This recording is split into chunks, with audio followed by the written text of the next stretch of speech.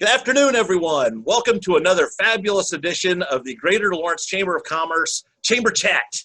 I am Brad Kloffenstein, president of the Greater Lawrence Chamber, coming to you from right here at Fort Benjamin Harrison on the second floor patio of one of the old officers' quarters. Thank you all for joining us. Today we have a fabulous guest, former president of the Indianapolis Chamber of Commerce, vice president with Old National Bank, former minister, and he also sits on the board of directors of the Indianapolis Indians. I am proud to welcome a friend of mine, John Myrland. John, welcome to Lawrence. Thank you. Good to be here. So mostly I wanted to have you on just because you are a wealth of knowledge in how chambers run, how they should run, what chambers historically do. And obviously I'm relatively new to this role, so I wanted to pick your brain, and I figure if I was going to pick your brain, we'll let everybody else listen in and hopefully get some good war stories from you and see what you'd be doing if you were still in that position in the day of COVID. So welcome, John. Thanks. Good to be here. So if you would just start off, tell us a little bit about yourself, go into your history a little bit, and just talk about your days of being with the Chamber. Okay, I was born in Chicago 69 years ago. My family moved all over the country. My father worked for Wurlitzer, who used to make pianos and organs and jukeboxes. The business is not in business anymore. We lived in another little town in northern Illinois, and then moved to Mississippi, lived in Mississippi for 4 years, which was very interesting because we lived there in the early 60s when the Civil Rights Act was passed and the Voting Rights Act was passed, and it was very educational, very disturbing, of course, a lot of the aspects of living down there, but very educational. Then we moved to Elkhart with the Wurlitzer Company still, and so I went to high school in Elkhart. Then my parents, after my freshman year at IU, my parents were transferred to Buffalo, New York, and they didn't tell me, so it took me 6 months to find them because I was in college. And so I spent my summers in college in Williamsville, New York, which is a suburb of Buffalo. And then my first 2 jobs out of school were in Fort Wayne. I was a telecommunications major at IU, and so I was a television reporter in Fort Wayne for 3 years. I was hired by the late, great, legendary Hilliard Gates. Some people may still know that name. I know that name. Yeah, I know you would. And then I got started in the chamber business by accident and worked for the Fort Wayne Chamber of Commerce for a year, and got hired by the Indiana Chamber of Commerce and as one of their 4 lobbyists. And my specialty was supposed to be, and I didn't know very much about it, but I faked my way through it. I worked in unemployment compensation, workers' compensation, other labor issues, product liability, things like that. And then after 2.5 years of that, I got hired by the Indianapolis Chamber by my predecessor, Tom King, and I was hired as Vice President of Government Affairs. After 3 years, Tom did a restructuring of the Chamber, and I was appointed Executive Vice President, which was essentially like a number 2 Chief Operating Officer kind of thing. And continued to lobby and did the internal stuff at the Chamber. And then when Tom left the Chamber in 1991, I became the president, and then was president of the Chamber until I got my call to ministry, and left the Chamber in 2005, was the pastor at McCordsville United Methodist Church until 2014, I guess it was. And then went to work at Old National Bank as Senior Vice President and Community Engagement Executive. And then I decided banking was not for me. Great company. I really wasn't a banker. I worked for a bank, but I wasn't a banker. Did community stuff. It was sort of like I was their personal chamber executive sort of thing, really. And that's why they hired me, actually, which was nice of them to do and good opportunity for me. And then I decided I was 67 years old and I could retire. And so I retired, and given what's been going on in the world for the last 6 months, this is a good time to be retired. And so when I do a Zoom meeting like this, I'm not doing it because I have to. I'm doing it because I want to, or because a friend asked me, like you.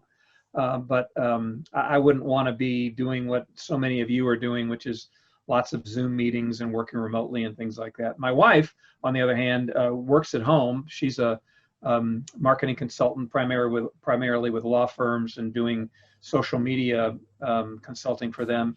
And all of her clients are out of town. So instead of them paying her to fly in and stay in a hotel somewhere, they do everything online now. So her business is booming, and she loves doing this. And in fact, she's doing it right now in her office. So we're techno knuckleheads right now doing this stuff. So anyway, I'm enjoying being retired. I play golf. I still do some ministry. I've done a couple funerals. I have a wedding coming up next week, and I still visit people because that's, again, it's a calling, and I believe it's what I'm supposed to be doing. And then I enjoy talking about what I used to do. I enjoy talking about the community and how important chambers are. You know, you and I had lunch yesterday and talked a lot about a lot of guys that I know that I still have a lot of communication with and talk about chamber stuff. And because I believe that the chamber business is a calling too. In fact, when I left the chamber at my retirement party, I said the only way I would have left the chamber was if I'd gotten a higher calling. And I literally did get a higher calling. And so that's where I was. So, but it's been I've been very fortunate. And the one thing, I guess the main thing I've learned throughout all of those careers is that none of us do anything that we do alone. None of us are responsible for anything we do by ourselves. None of us are able to accomplish what we accomplish. You know, so many people I've gotten a lot of nice compliments and a lot of nice things said about me, but I couldn't have done any of it without the people around me, and many of whom I worked for, many who worked for me or with me. And I always told people that the smartest thing I did was hire people who were smarter than me, and then let them go do what they did really well. And then they were, you know, I got the credit. I took the blame when it didn't work, but I tried to give others the credit. But it's because it was very collegial. The chamber business is very collegial. Ministry is very collegial, and I've enjoyed all of that. So, a John Myrland fun fact, before we get into the heavy-duty chamber business, you are also a television star, having appeared in a commercial with Old National Bank portraying a minister. Yeah, so were you being a banker or a minister at that time? It was typecasting. I walked in, and we were the bank had started a new series of commercials, and they were casting the final commercial, and I walked by our marketing person's office, whose office was next to mine, and she said, hey, come here, I got something I got to talk to you about. We're getting ready to shoot this commercial that has a minister in it, and they asked me yesterday if I knew of someone who could maybe do this. She said, yeah, I've got a guy who I think can do that. And so the next day I showed up at the set, and I had I took my Bible with me, I had my robe with me, and they were all prepared to,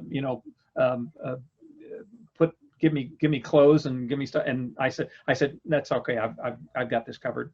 And then it's amazing how I was on camera for 10 seconds and I was on the set for eight hours.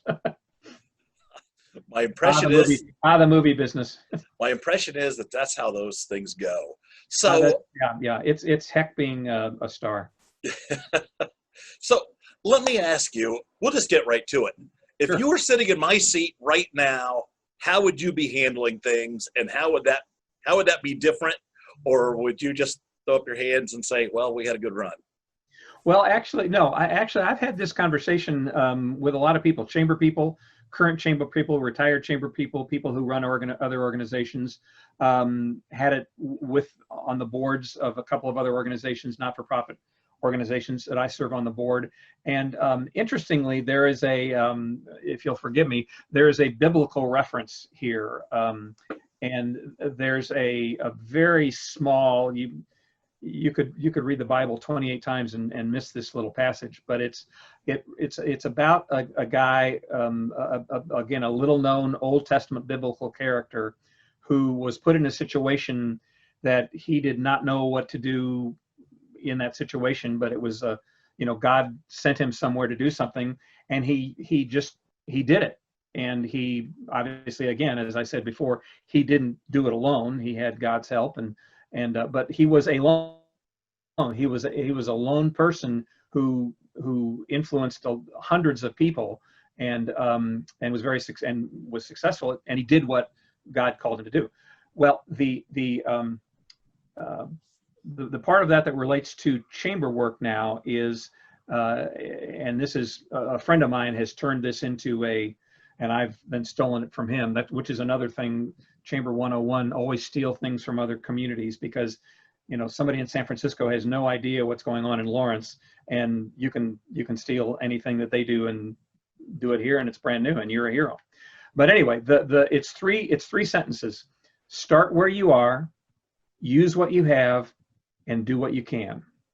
And I think that really, it came to me when I was having this conversation, and I was aware of this story, obviously, and the applications for it, but I was having a conversation with somebody else, and suddenly, boom, this light bulb went on over my head, and I said, well, have we ever thought about just saying, let's just start here, because here we are, we're no place else, there's nowhere we can go, we have a job to do, so let's start right here, and let's think about what we have to operate with, and look around and say, okay, we have these resources, and then let's do what we can, do the best you can.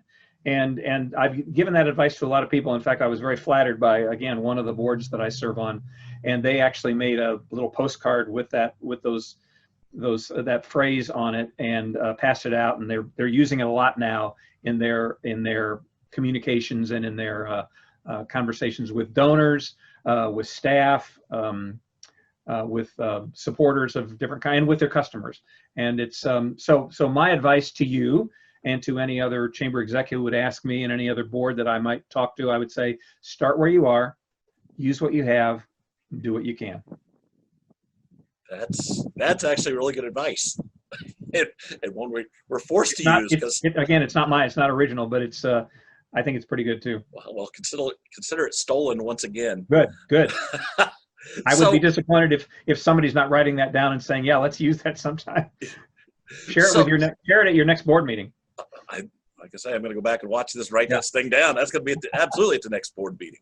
So historically, just talk about the importance of the chambers and how you morph that into how you spent your 15 years in the chamber world. Maybe even a little bit longer than that. Yeah, it's 25 or 30. Well, I really do believe that chamber work is a calling, and I believe you have to have something inside of you that where you have a strong desire to want to serve, to want to meet the needs of people, to want to put the needs of other people ahead of your own needs, and that was taught to me by my maternal grandmother. And who was she's my hero, always has been, and she put inside of me that idea that service is the most important thing you could do. She worked in the service industry all of her life, in retail, and taught me a lot about, by doing, a little bit by telling me, but mostly by doing, that it's important to want to serve other people, and how important it is and how fulfilling it is. And so the chamber, if the chamber is nothing else, it's a business that serves others. And you do it in a lot of different ways, obviously. And one of the things, I related to you yesterday was my good friend Keith Woods, who used to run the Chamber of Commerce in Santa Rosa, California. And he had a phrase: if you've seen one Chamber of Commerce, you've seen one Chamber of Commerce. Because, yeah, we're all membership organizations. We're all 501c6 in the IRS tax code. We all have members. We all have to raise money, things like that. But we all do those things differently. Some chambers of commerce are in communities where tourism is the most important thing. Others are in manufacturing communities. Others, if you're on the coast, maybe you've got a military presence, or certainly a shipping, import-export focus. And so all chambers are different. I think you just need to apply the basic principles of service, involvement, getting your members together, sharing information with them, and asking them to share what they know with other members. That's why it's so important, to continue to have events, I think, even remotely. But everybody's going to do it a little differently, but those basics are all still there. And in my 11 years as president of the chamber, or 14 years as president of the chamber in Indianapolis, it was we changed the way we did things a lot. You have to adapt to, there'd be a recession, or there'd be, some big company left town, or some big company was thinking about leaving town, or some big event came to town, or, the NCAA headquarters relocated and things like that. You just have to, how do you adapt to those things? And we adapted the size of our staff got smaller, but smarter. We divested ourselves of some things that we did that we were doing when I first got there, and after 25 years when I left, we weren't doing those things anymore. And it's about adapting and being flexible, and being ready for the next thing, or maybe even better than being ready for it, knowing that it's coming, or having a strong feeling that it's coming, and then you can you're doing it on the fly. You're adapting as you go along. Tom Binford, legendary Indianapolis businessman, who I gained a lot of insight from as well, and he was our chairman in the mid '80s. But Tom said that strategic planning was like changing the wheels of a school bus as it's rolling down the street. You can't, things don't stop, and then let's do some strategic planning. Let's think about how we should do things differently, and then we'll start up again. You got to keep doing what you're doing while you're adapting and changing. And I think that's it's one of the things that I really liked about the chamber business. It's one of the things I liked about ministry was that there were never 2 days that were alike, and you were always changing, adapting, having to respond quickly, having to, as President George W. Bush said, what he believed one of the great qualities of leadership was being able to make a decision when you don't have all the information. Sometimes you're just not going to have all the information, and you have to be able to adapt and do as well as you can. Again, it's like the those 3 sentences I gave you before. Do what you can. Don't try to overdo, but certainly don't underdo, and certainly don't do nothing. Do something. I like that. Do something. So let me ask. So dealing with members, there's some members that absolutely see the value of the chamber and they are all in. There's other businesses, though, that need a little coaxing. What is your elevator pitch to somebody who's reluctant about joining the local chamber? Well, I think the first thing to do is to ask them what their goals are. Ask them about their company. I think it's much better when we're asking them questions than telling them what we can do for them, because that's going to turn them off.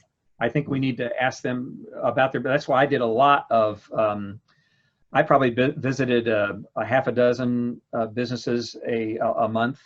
I like seeing how things work anyway. So whether it was a manufacturing company or a marketing firm or a retailer, a grocer. I worked in a grocery store in high school, so I love grocery stores. But that whole world has changed too. But I think it's really important to ask your customer or your potential customer what's important to them, what's going on in their business, what's going on in their industry globally, what do they need right now? What if they could turn a switch? What would make their business more successful right now? What was going right for them? What was going wrong for them?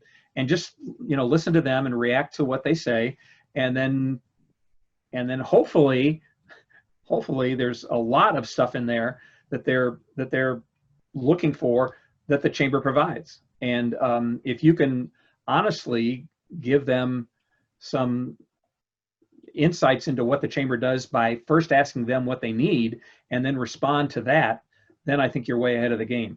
If you have to make it up, then you're in the wrong line of work. You should probably say, probably it's not a good idea for you to belong to the chamber. You've got other more important things to do, and but let me continue to communicate with you. Maybe I'll see you again sometime in 6 months and see how you're doing. And if there's something we can do to help you out, we'll help you out. And I think it's really important that the thing about changing and always looking for new things to do and getting rid of old things that don't work anymore is, I think it's really important that we're always looking for some kind of product or service that those members are telling us they need. And I think member surveys are valuable too. You don't get a good return on them, at least we never did, but you learn something from a member survey. And we did member surveys when we had, I used to do a thing called breakfast with the president, or lunch with the president, I'm sorry. And we would do sort of a casual survey there. I'd go around the room and say, what kind of things do you need? What's going on right now that would help you? And then if I had something if we had something that we could offer them, we were there to provide it for them. If not, more than likely we would follow up with them and say, you mentioned something, XYZ, and if we were going to provide something like that to you as the chamber, what would that look like to you, or what would you be willing to pay for it? If we can't give everything away. Your dues cover one thing, but then non-dues revenue is very important, and I think probably has become, for most chambers these days, has become even more important than dues revenue. And so always finding something that we can provide that is, and if you give it away, it's, first of all, you're not going to know if they ever use it. But if there's you're attaching a value to it by saying, well, if we do this for you, it's going to be $100 a month. And are you willing to pay that to get the improvement that you say you need and that we think this product or service provides? And that's where our insurance program came from, quite frankly, when we went into the group insurance business with Anthem. And, we gained lots and lots of I don't know what the numbers are. It'd be a miracle if I could remember that. But the small businesses who joined the chamber just for the insurance program. And then they started coming to events and things like that, and they saw that other things were good. And I know we got, when we first started that program, some small business people that had not had anything to do with the chamber, and some of the CEOs of some of those companies ended up coming on our board, and a couple of them ended up being chairman of our board because they saw such value in what we were doing. And then they found out other things we were doing, and they said, boy, these guys really there is some value here. And you can say that about any chamber, any organization, quite frankly. If you're providing what the members say they need and would be valuable to them, and you're putting a value on it for them, they're gonna remember that, and they're gonna be very loyal and stay a member. So we're talking to John Myrland, former president of the Indianapolis Chamber of Commerce. He spent 14 years in that role. I'll take this opportunity to open it up to our gallery for questions of John, since he is a wealth of information, and you all might have questions that I wouldn't have. Some that I told you not to ask me. Well, we're not asking you anything about sports. Don't ask my weight. I already told you how old I am. So. Well, I don't see any particular questions there, so I will ask another one. How closely did you work with the city of Indianapolis, and what initiatives did you guys do together? Were there any sports initiatives? Were there any economic development, bringing industries into Indianapolis? How closely did you work with government entities?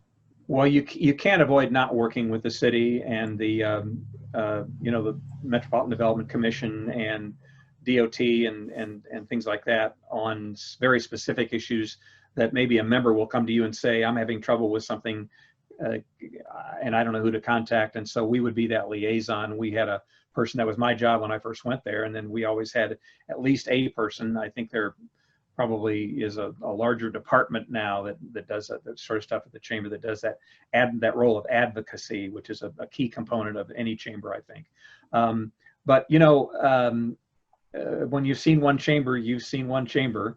And our chamber, when I worked there, we did not do economic development. We were not the marketing arm for the city.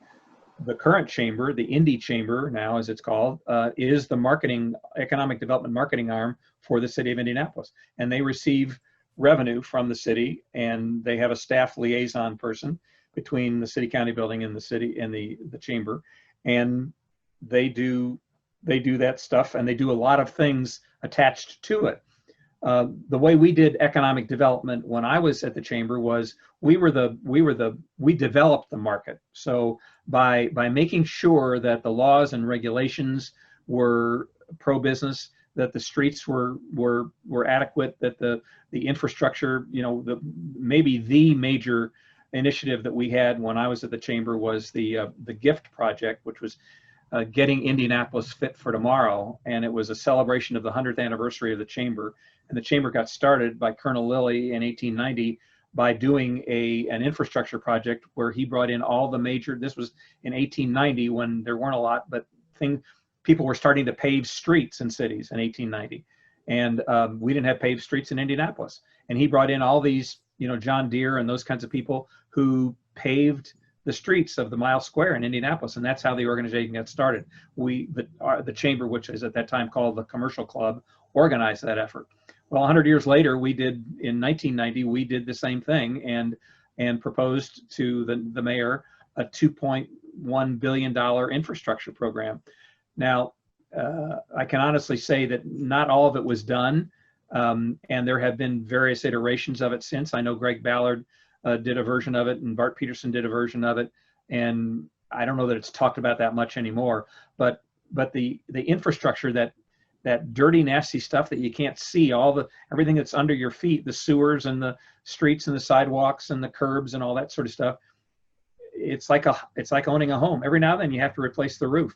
Every now and then you have to fix the plumbing, and the city's the same way. So we always thought it was our job to advocate for doing those things and getting those things done. So then the marketing people could go someplace and say, Indianapolis has the best sewer system in the country, or we have the best this or whatever, this, that, or whatever. And it was really the same thing with with sports and with all the sports facilities.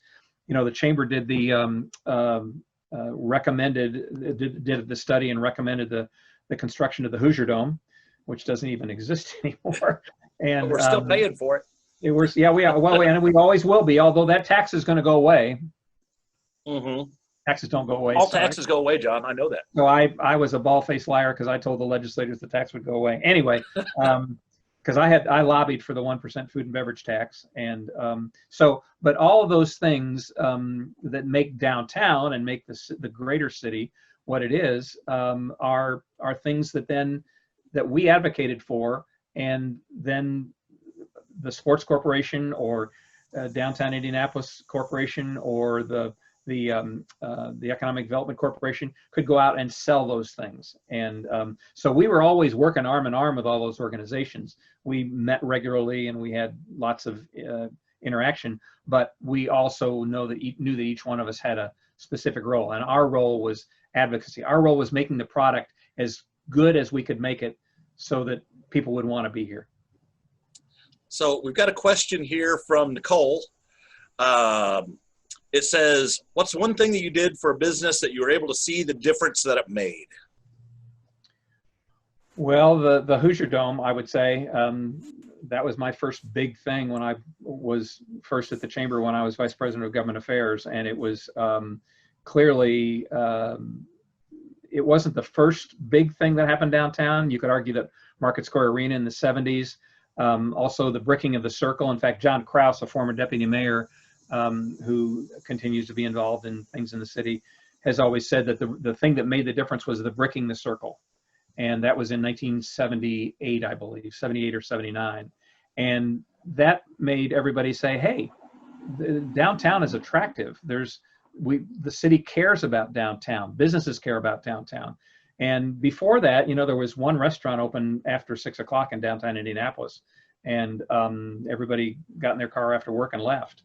And that, I think, was one thing that got us started. But for me personally, the working on the task force that recommended the 1% food and beverage tax to help fund the Hoosier Dome, and then to see it built, and then which allowed us to get the Colts to come to Indianapolis. That would be the thing that I'm most proudest that I'm the proudest of. So I can't see it anymore, but I could see it.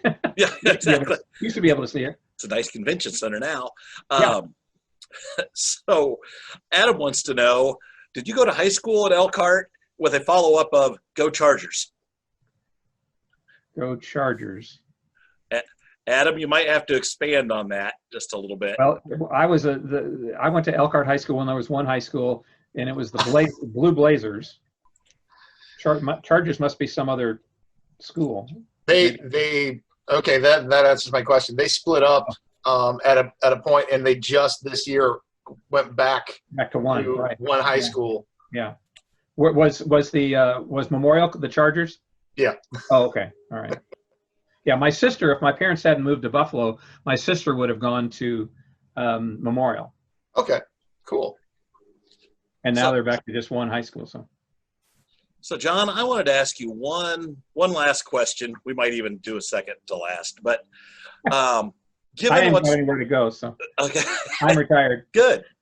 So let me ask you, with all that's going on, did you ever find yourself in a situation where you had to be critical of Indianapolis government, and would you be critical of them now? Brad, isn't this one of the questions I told you not to ask me? No, I just couldn't ask you about sports. Okay, oh, that's right. I would say yes and sorta. Let me answer the second part first. As far as being critical now, nobody cares what I think now, so it doesn't really matter. I don't feel I have to comment on things now. When I'm in private with friends, Republicans and Democrats, conservatives and liberals, people who are still working and doing stuff, and people who used to work and do stuff, we talk pretty freely about that sort of thing. But I've been fortunate enough to be able to call all the mayors that I worked with, starting with Bill Hudnut and up to Joe Hogsett. I've been able to call most of them, all of them, my friend. Now, Steve Goldsmith was hard to be friends with. He and I have gotten closer since, because I've seen him. I used to be a trustee at the University of Indianapolis, and he would come back and do things with us from time to time. All the mayors did, actually. And he and I have had some really nice conversations, because we got off to kind of a rocky start, but and I'm sure he has some stories to tell too. But we've had some really nice conversations when I've been with him recently. And I didn't really know Bill Hudnut that well. I worked at the chamber, but I was, a third level employee at the chamber, and I didn't really work directly with the mayor. I worked with deputy mayors and department directors and things like that.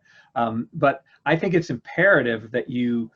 This is why when I worked at the chamber, we did not take money from the city. Now the chamber today takes money from the city, or receives money from the city to do economic development, and that's fine, and it's working, and it's. When you've seen one chamber, you've seen one chamber. So everybody does things a little bit differently. And at the time, under the direction of our board at the time, it was very strongly felt that we should not receive government money. And so we didn't. If you receive government money, then you're beholden to that government, and it's hard to be critical of them.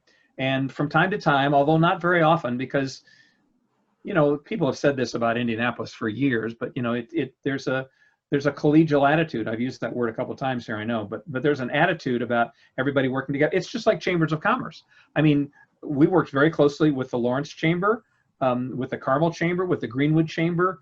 There was even talk one time about some chamber mergers. Never got done, because it's usually the board of directors who don't want to do the mergers, because they feel like they're losing their clout and this is my place and I want to have some influence there. And so they felt if there was a merger, they wouldn't have that influence anymore. But anyway, there was talk about that. But it's so important to be able to work together in a friendly way. And again, Indianapolis and Marion County and Central Indiana has always been able to do, and the whole state of Indiana really has always been able to do that pretty well. Okay, well, good. Well, we're coming towards the end. My very last question for you: who's going to win the World Series this year? What World Series? Is there going to be one? There will be one.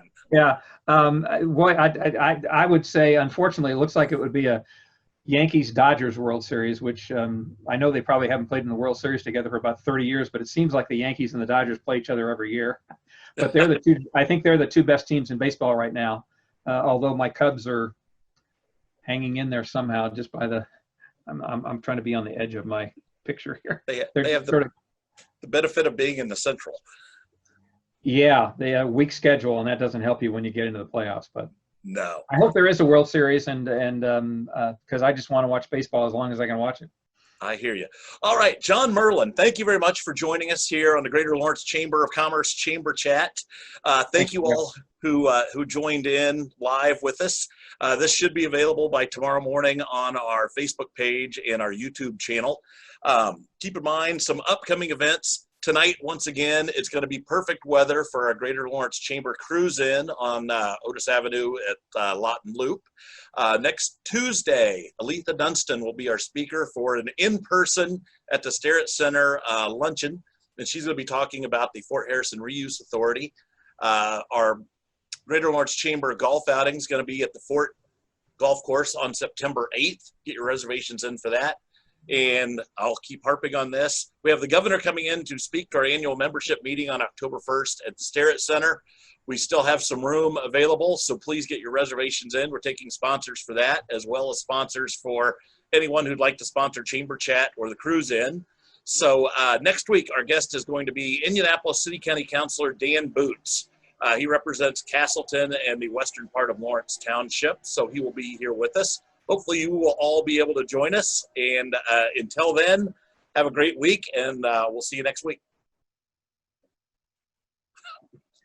Thanks, Brad. Thanks.